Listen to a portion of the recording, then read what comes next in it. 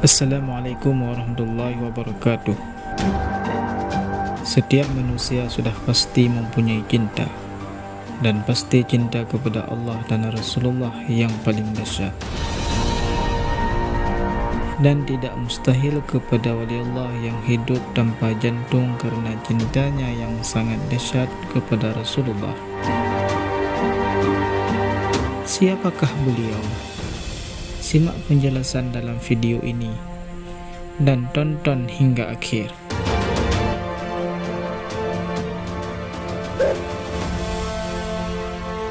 Tapi sebelum lanjut, jangan lupa klik subscribe dan lonceng notifikasi untuk mendukung channel ini, dan share kepada kawan-kawanmu supaya mereka tahu apa yang kamu tahu. Para muhibbin adalah orang-orang yang sangat rindu kepada Rasulullah SAW. Mereka tidak mencintai kecuali hanya kepada Allah Subhanahu wa Ta'ala, sehingga mereka dianugerahi rasa cinta yang begitu besar kepada baginda Rasulullah SAW. Syekh Abu Abdurrahman Abdullah bin Yusuf bin Abdullah bin Jami Al-Harari Asy-Syabi Al-Abdari, Mufti wilayah Harar. Beliau dilahirkan di kota Harar tahun 1339 Hijriah, bertepatan dengan tahun 1920 Masehi.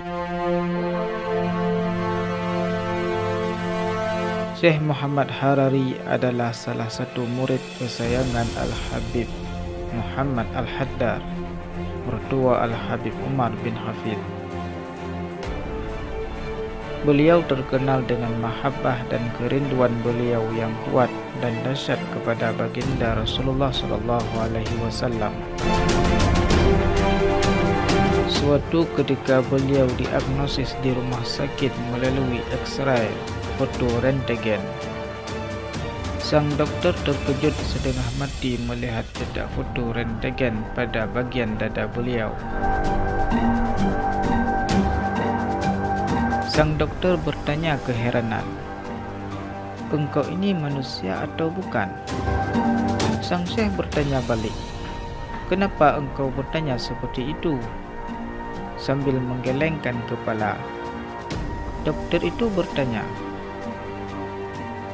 "Kenapa engkau bisa hidup tanpa jantung? Dan di mana jantungmu?"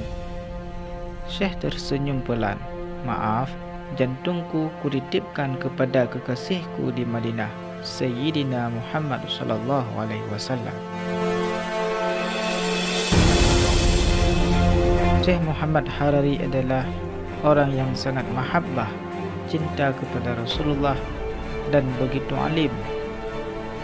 Beliau hobi mengenakan pakaian serba warna hijau dan mampu melihat Rasulullah SAW baik di dalam mimpinya bahkan secara zahir.